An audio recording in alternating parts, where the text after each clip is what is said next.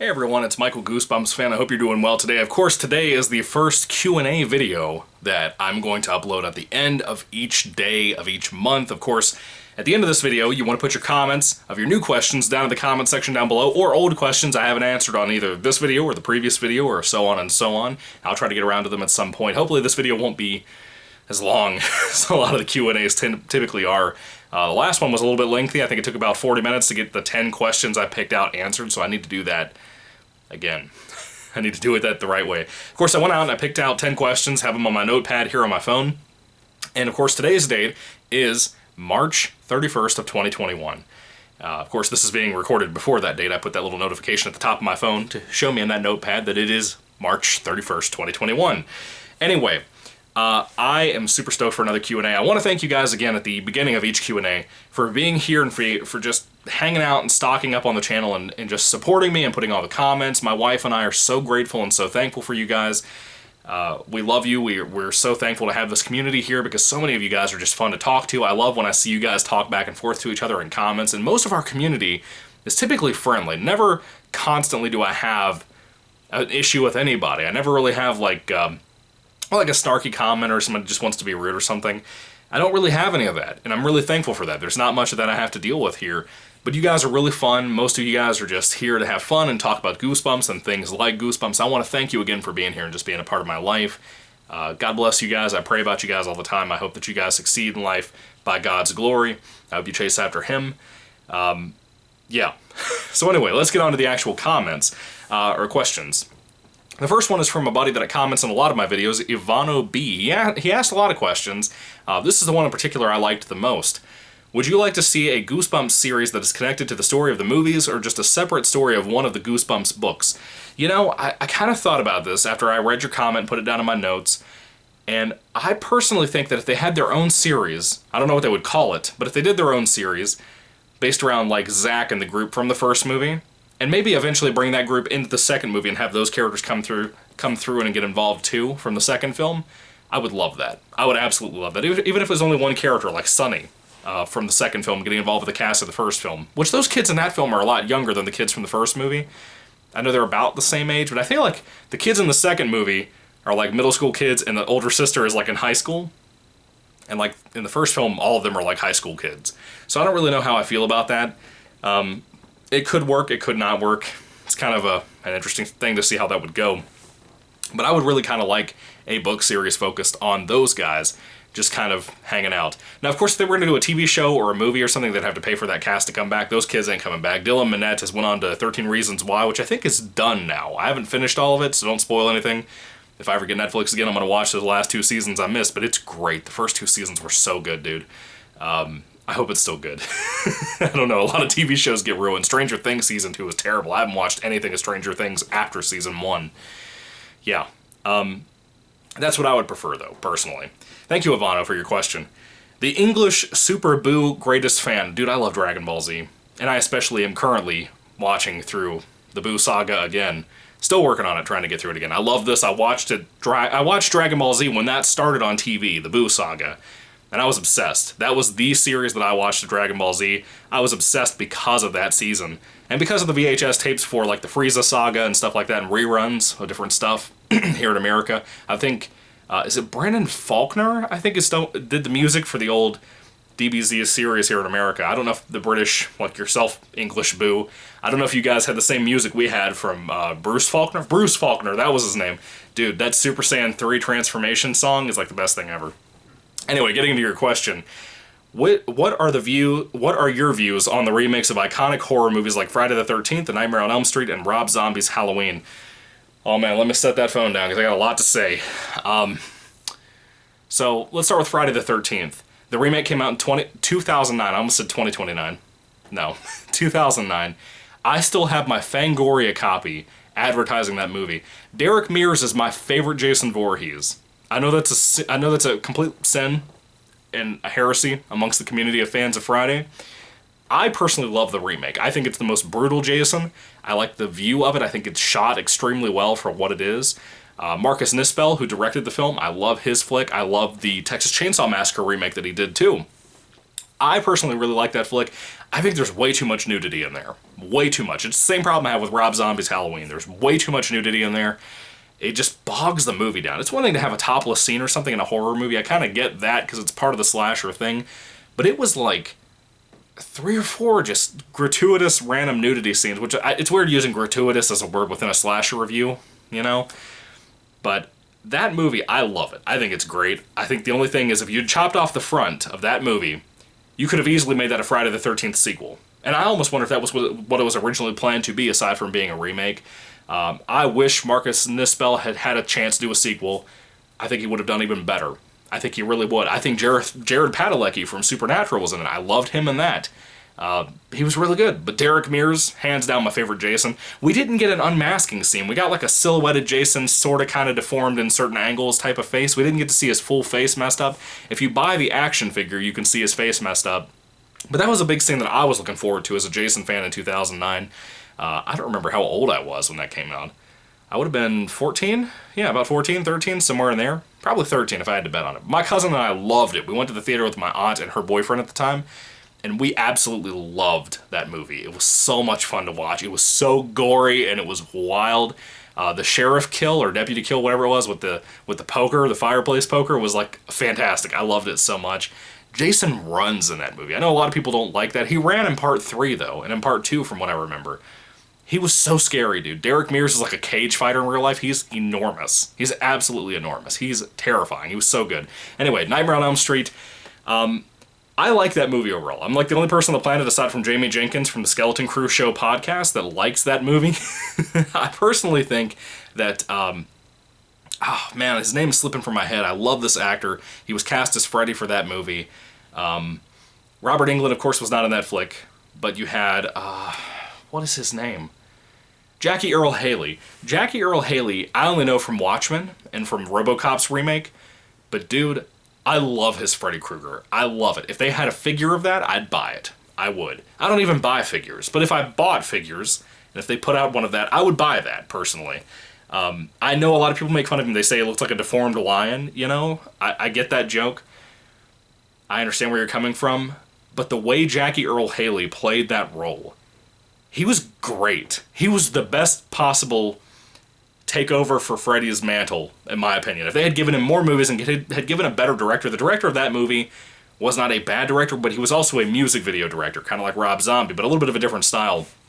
Everything was very sleek and clean cut, even though it's supposed to be kind of a dirty area, like the supermarket thing they went into, kind of like a 7-Eleven store.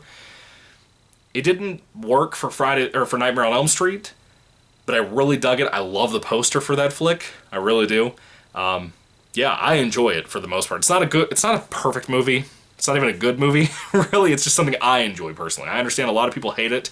I get the hate on it. One of my favorite YouTube channels out there, Rambo Raff for Life, hates that movie. Just absolutely hates it. Hates all the remakes, but especially that one. And I get where they're coming from, but I can't go along with it. I really enjoy it. I wish we had more gore in that made sense. There was less of a focus on dreams, in the sense of like people dying in their dreams. There was almost like Freddy framing things as suicides, like the beginning with the diner scene. That was weird. I don't really know how I feel about that. Doesn't really feel like it fits Freddy, but also this is a remake, so I don't want to put the expectations of the old Freddy on this Freddy. But even so, I love Jackie Earle Haley as Freddy. I think he is fantastic. I wish they had brought him back and done a sequel, because they could have done it even better if they had a better director. And a better writer, too. Script wasn't great there. Is it Rooney Mara? I don't think it was Kate Mara. I think it's Rooney Mara is in that flick. And that one Kyle guy. And he always looks like he's depressed and on drugs. He looked like that in Haunting in Connecticut as well. She's in this. She's just pale and dreary and has no personality. At least Nancy in the old Nightmare on Elm Street flick was kind of pretty and kind of, you know, I guess sort of interesting. I wish she would shut her mouth. Her mouth is always hanging open. I always made fun of that, just like Jamie Jenkins did about the original Nightmare film. She gets on my nerves. I don't understand what the point of that is. Anyway, I like that flick. I like the Friday flick. Moving along to Rob Zombie's Halloween. I have a very also interesting view on those two movies. I personally like Rob Zombie flicks. I do. I like 31. It's not great, but I like it. I really, really enjoyed most of House of a Thousand Corpses, and I really love Devil's Rejects. I think it's his best flick. His Halloween remake. Let's talk about the first one. He did two. Let's talk about the first one. I went to see that in the theaters with my best friend. and my mom.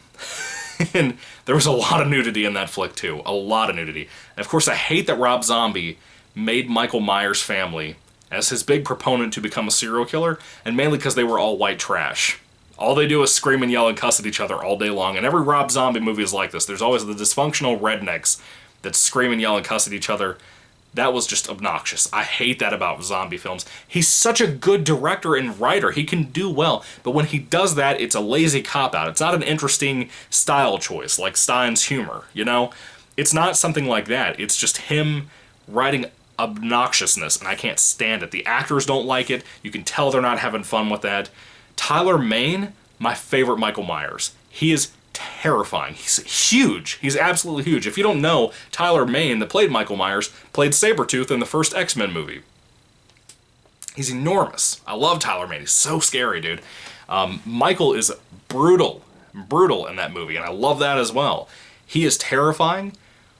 The first, like, half of this movie is so slow and boring. You have too much into Michael's history. I get it's a remake. I'm not trying to put let me try that again. I'm not trying to put any expectations on a remake from a bias of my preference for the old timeline. I'm not trying to do that, but I prefer that because there's less understanding of who Michael is and why he does what he does until you get to, like, Curse of Michael Myers, which is, you know, I like that movie, but I don't love it. I hate the whole background history on him.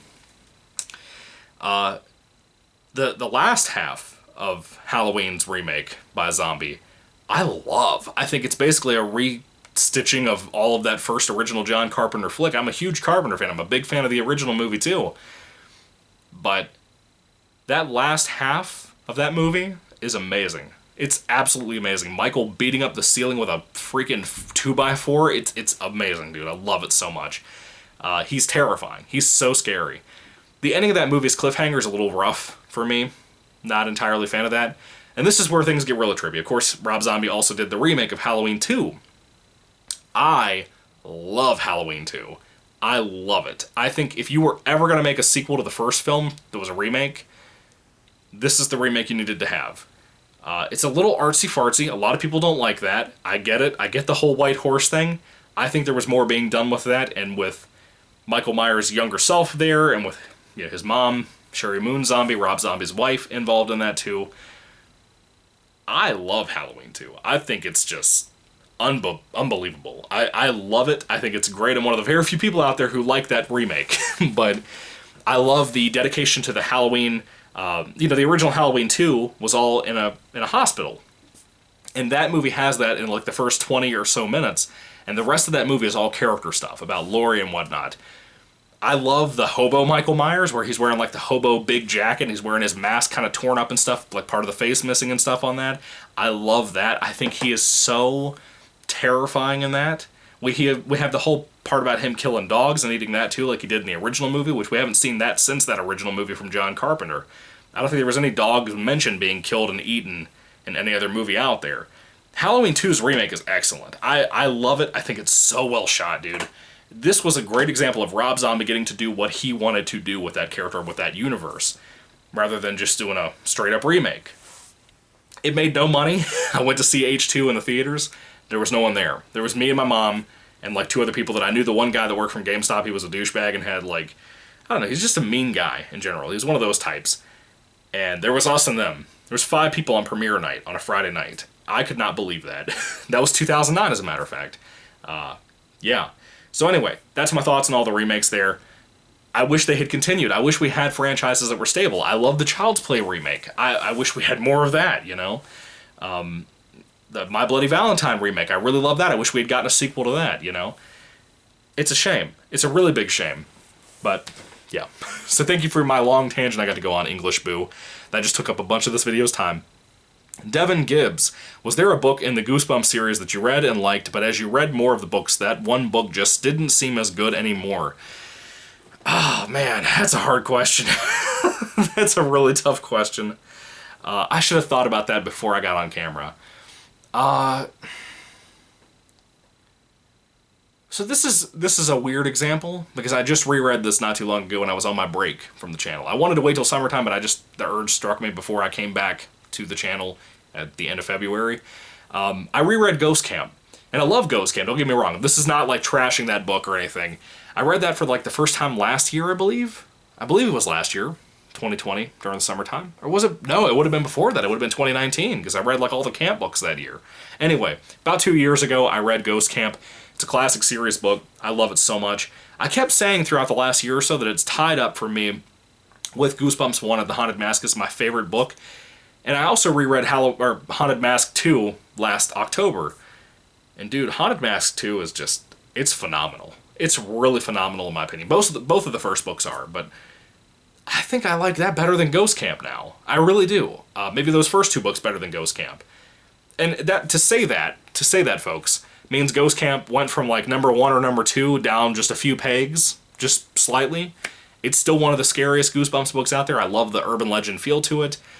I think I like it about as much as I like You Can't Scare Me now, which I love You Can't Scare Me. Don't get me wrong. If you guys have paid attention to my channel, my reviews and stuff, I love You Can't Scare Me. Now, just so you know, I have a list going on my particular phone of different books I'm keeping up with for every book being ranked ever, the classic series being ranked. Ghost Camp is still up there, probably my top 5 or top 10 books of all time from Goosebumps so far. It may move down, not really sure.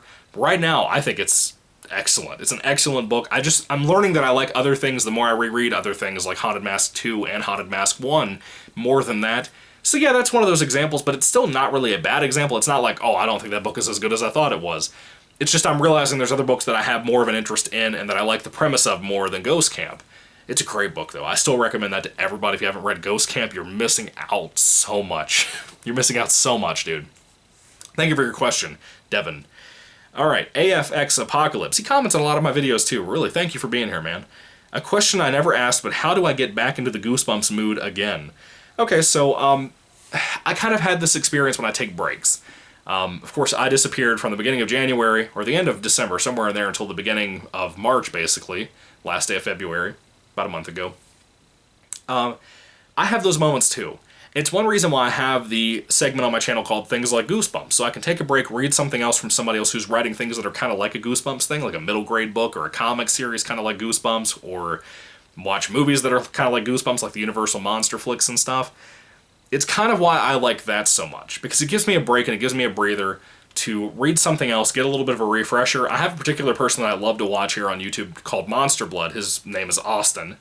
You probably see his comments in a lot of videos. I really like his content. A really fun guy to talk to. Loves Goosebumps, loves the Lord, all kinds of stuff. And I noticed that he recently did a video for like a ranking series on the classic series of books from Goosebumps and the Series 2000 books. And hold on. I've noticed more and more for me that when he finished his video, he said the same thing. He was like, guys, I think I'm going to take a breather for a while and read some other stuff before I come back and read more Goosebumps and do reviews and stuff. I get that mentality, dude. I read Goosebumps like every day of every week of my life. Even if it's only a couple of pages a day and only get out like one review a week for a Goosebumps book, I basically read Goosebumps like every day of my life. I have to take breaks. I have to read other stuff.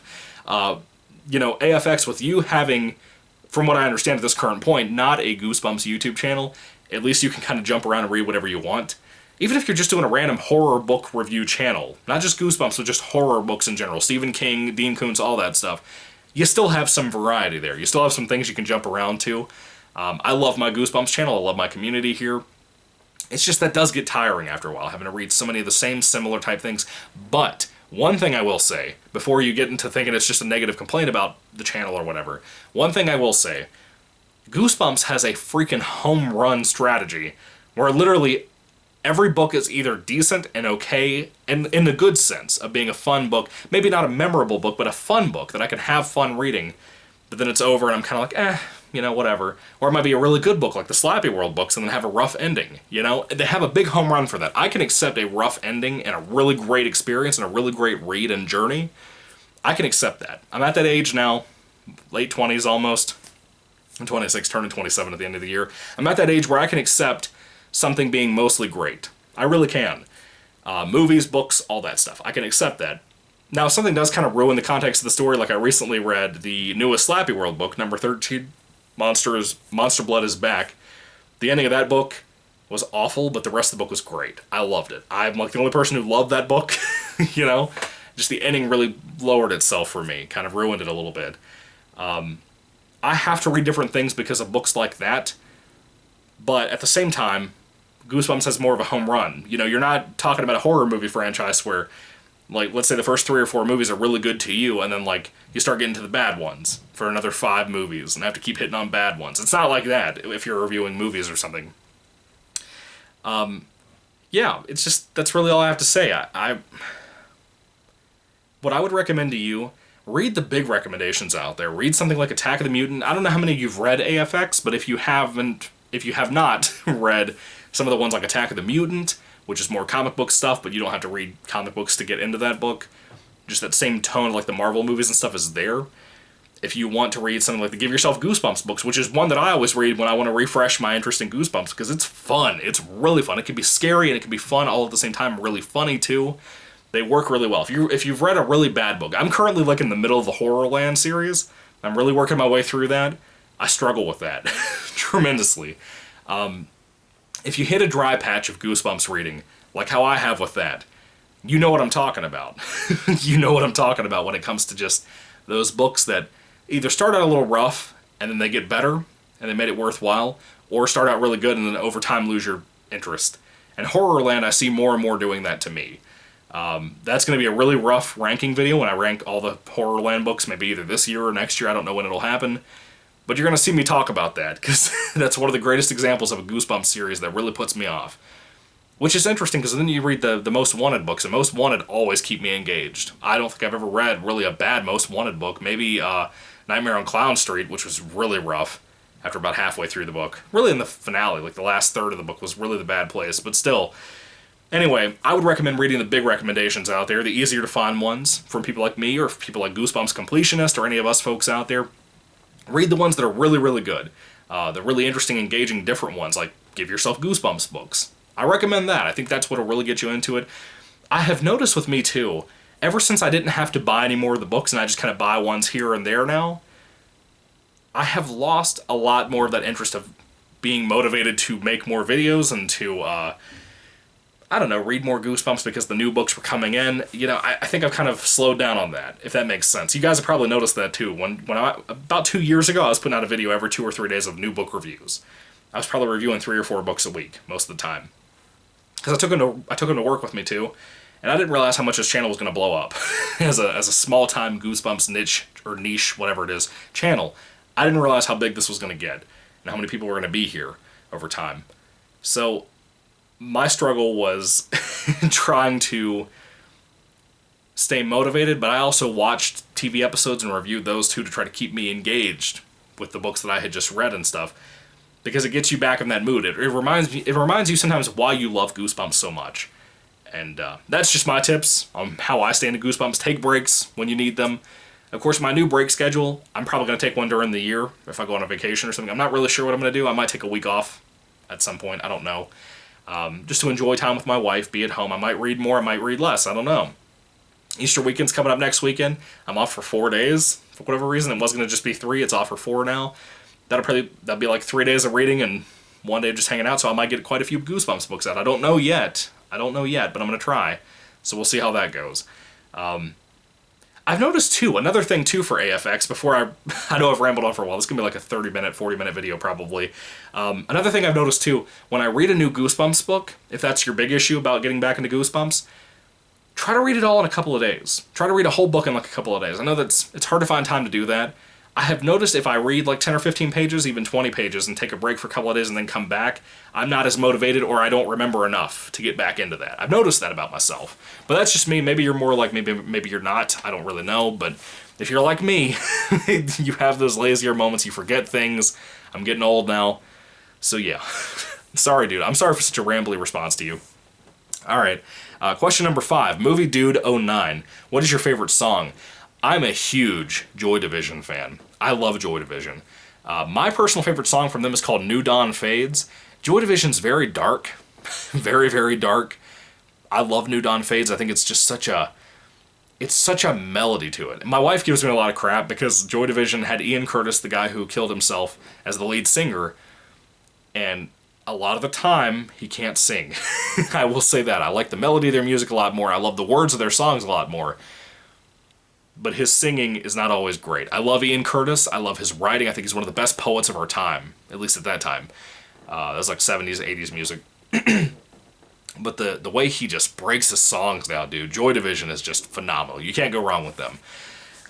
If you ever see their album covers, if you haven't heard of them before, you'll probably notice them from certain things like 13 Reasons Why. You'll see people like have posters in the background or wear a shirt from their particular first album. I think it's called Substance, I believe. Anyway, yeah, that's it. Lou, my boy Lou, what's your creepiest deja vu moment? I remember a lot of these. So I have that whole thing that I still don't understand, even as a Christian I don't understand, of having a dream, and then that dream either comes true right before your eyes and you realize like a couple of seconds before it starts up, or you have one that went in a completely different direction in your dream, you know? And you're like waiting for that moment for like everything to blow up or whatever, and it doesn't happen. I have a lot of those. I remember one in particular that's not anything too interesting. It was just, I was in like elementary school. It's weird that this is reminding myself like 20 years later, 18 years later, whatever. I was sitting with my friend Nicholas. I remember Nicholas and his last name. I won't tell you. But still, I was sitting with him, and as we were talking, I remember just how that whole room just kind of went that way. And just, I remembered everybody was sitting in the same spots for my dream and stuff.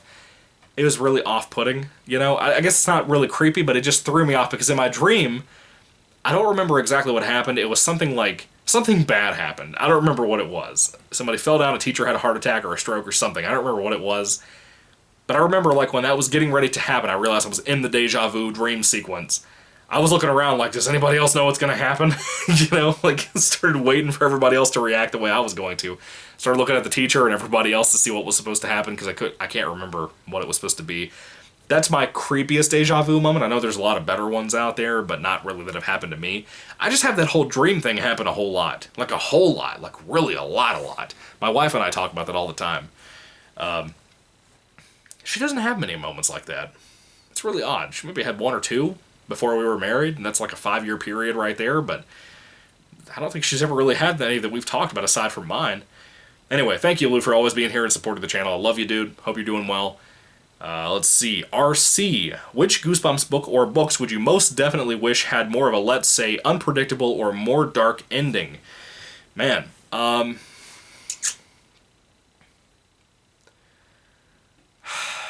what is a book that does not have really a dark ending? I know the One Day at Horrorland book had a really dark ending for the episode and not so much from the book from what I remember. And I won't spoil that for you guys, in case you haven't seen it or read it. But I remember the endings being very different there. I remember the TV episode being a little bit goofier on the second part of that episode. But the ending was like, are you serious? You know, like what they did there? It was really dark. I kind of wish One Day at Horrorland had a darker ending than what I remember it having. I don't remember what the ending exactly was, but I feel like it was definitely different from that TV episode.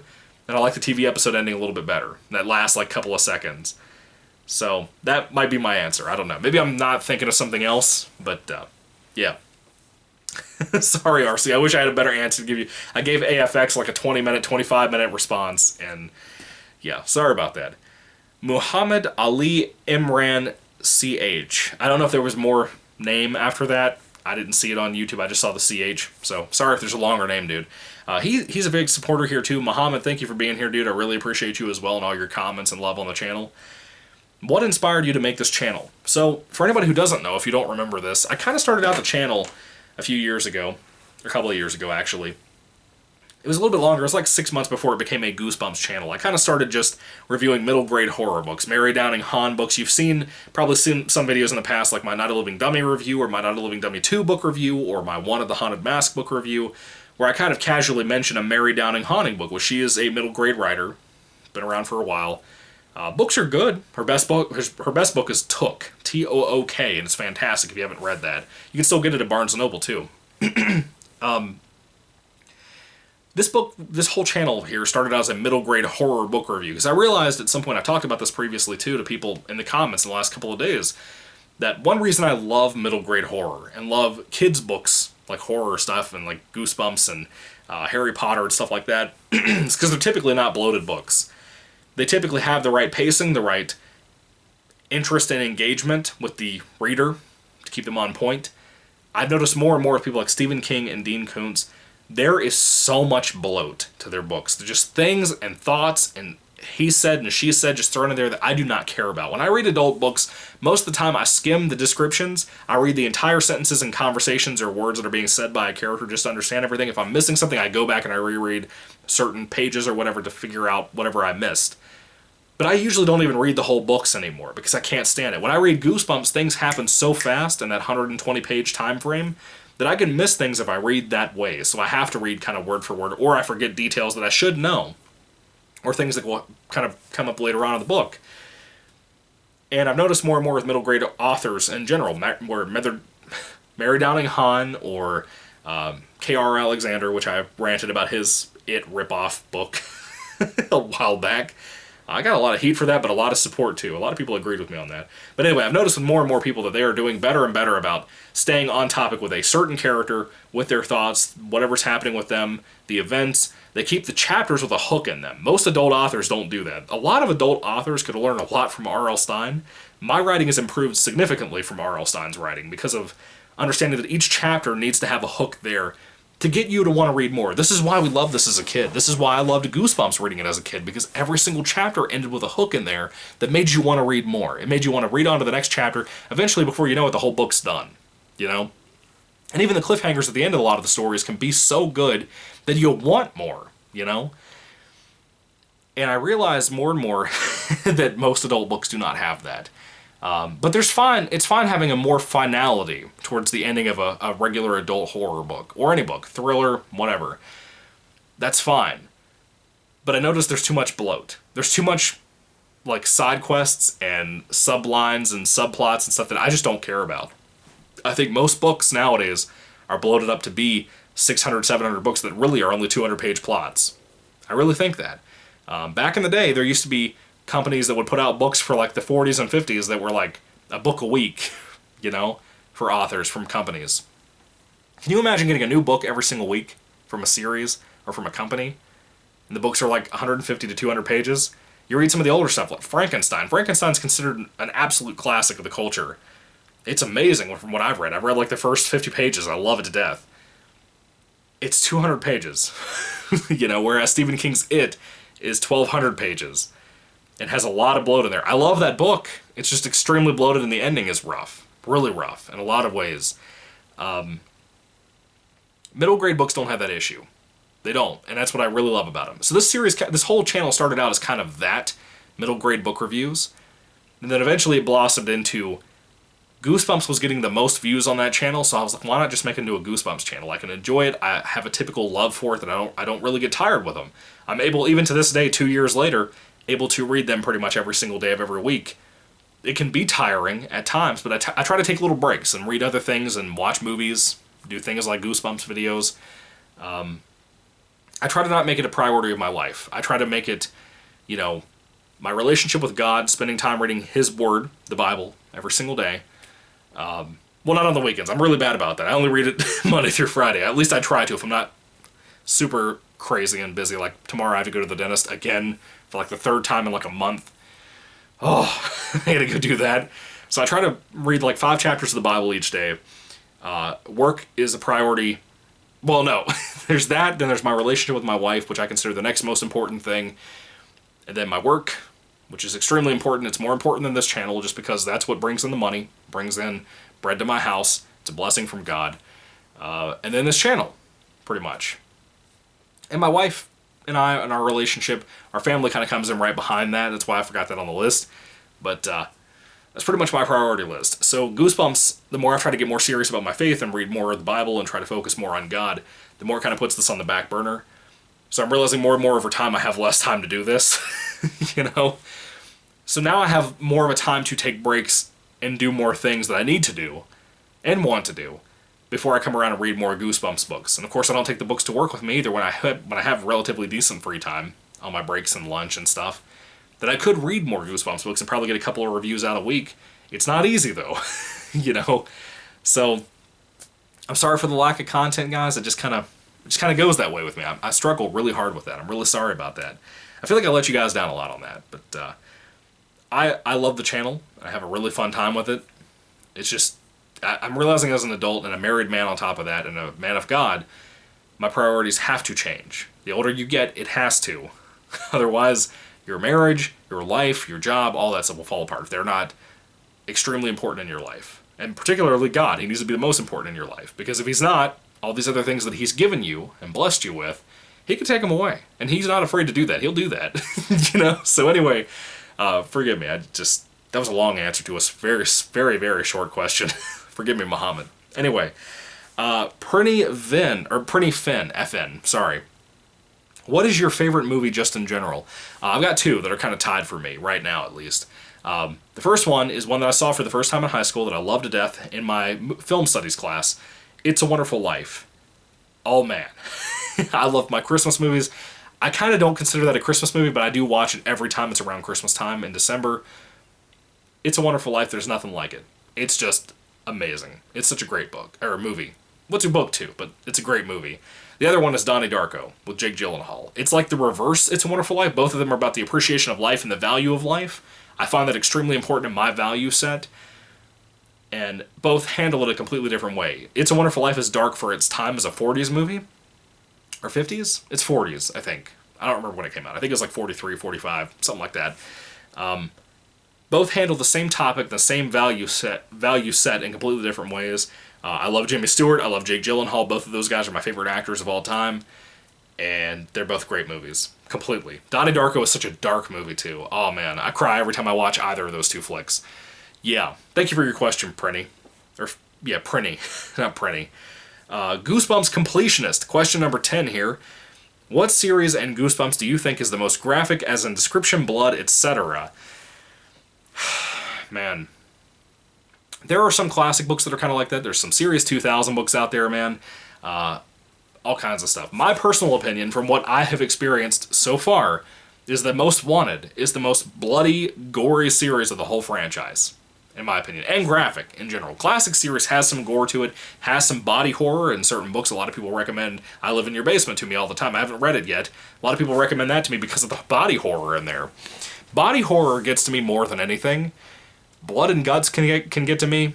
It bothers me, but body horror really messes with me. Somebody's fingernails falling out, or like your eyelids falling off or something. That really gets to me more than chopping somebody's hand off or something like that. That stuff gets me surprised when I see it in a Goosebumps book.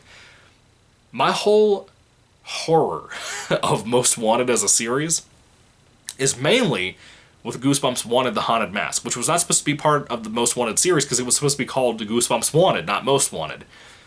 I kind of lump it in with that whole franchise just because that book is the goriest Goosebumps book I've ever read.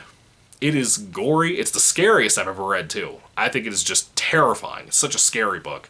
My favorite Haunted Mask book, definitely. Yeah. It's pretty brutal. For me, I think the Most Wanted series has the most gore, personally, because of the stuff that I've seen in there. Frankenstein's dog, I think there was some gore in there, I believe. I could be wrong about that, but I believe that was the case. Yeah. That's my personal opinion. Anyway, Goosebumps Completionist, folks. You should go subscribe to him. His channel's great. I love his content, just like I love Monster Blood, a.k.a. Austin's videos, too. Really great guys, really cool content out there. Grayson the Goosebumps Kid does a lot of book reviews now, too, so if you want to check out some more Goosebumps book reviews, he's a younger guy, so check out his stuff, too. Got a lot of Goosebumps people out here that are doing some great content. I really recommend those three guys, especially. I watch their content almost daily when they upload videos. I think Grayson right now is uploading daily, pretty much, catching up on books that he's already read, he wanted to do reviews of. Completionist puts out like once a week, too. Austin puts out every once in a while as well. Maybe every other week, something like that. So, yeah, I recommend those folks to you guys. I think you'll love their content if you like my videos. They kind of unedited, just talking on camera, face-to-face, person-to-person, friend-to-friend type of mentality. I like that a lot. That's how YouTube used to be. I think Goosebumps works even better as a community that way sometimes. But, yeah, I recommend those guys to you. Overall, thank you guys for your questions. I hope I answered them thoroughly. Some of them very short, some of them very long. I don't know how long this video is. I have a feeling it's like 45 minutes to 50 minutes. I'm the only person on this planet that can take a 10-question Q&A and do that. Just draws me nuts about myself. Anyway, I gotta get better about that. Thank you guys for watching. God bless you today, and goodbye.